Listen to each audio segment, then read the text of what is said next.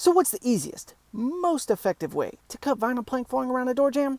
In this video, I'm going to break it down for you. What's good? It's Michael Lauder here from CarpetExpertBlueprint.com, and in this video, yes, we are walking you through how to cut vinyl plank flooring around the dreaded door jamb without having a big old nasty gap going on in it. So, kind of hard to see from this angle, but this door jamb does zigzagging out a little bit.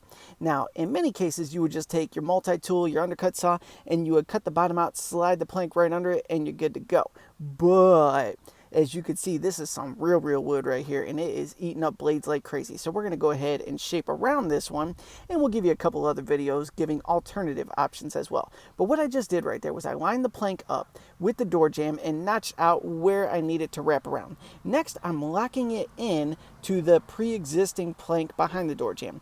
This is going to create a template for me. The plank on top is now going to be my straight edge, and I'm going to use that to go ahead and cut a scored line into the vinyl planks here to go ahead and basically determine where it needs to pop out around the door jamb. Nice, easy template work, and all you got to do is score it a few times with your blades. Make sure you don't slip and take your thumb off in the process, but a sharp blade is always a good way to get a good result with this. So once we've scored that a few times, we're going to get that plank out of there, and we're going to go ahead and notch it a few more times. Then we're going to wiggle that little piece back and forth so we can get it to pop out. So I'm notching out the two little side lines that I had marked on it that are going to wrap around the door jamb and fall into place. And it is a tedious process doing it like this. It's okay though. Now if you undercut it, you would just slide it under and be good to go. But we're going to cover every single angle on this channel here. So see how I'm notching that out right there? Boom, boom. You could also use tin snips to go ahead and clip those small cuts and then run your blade down for the other one. Now, we have our first part of the template done, but we're not finished yet because there's a few little zigzags we got to cut out of this here.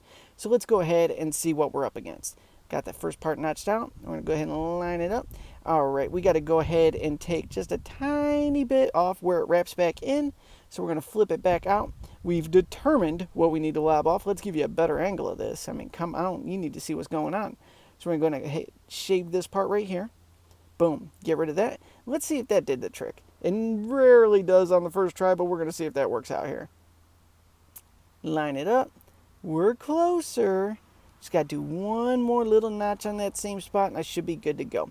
So just take your time when taking on projects like this. Shave a little bit at a time. And like I said, as long as you got a sharp blade, everything's going to be good. Let's see if we actually got the result now.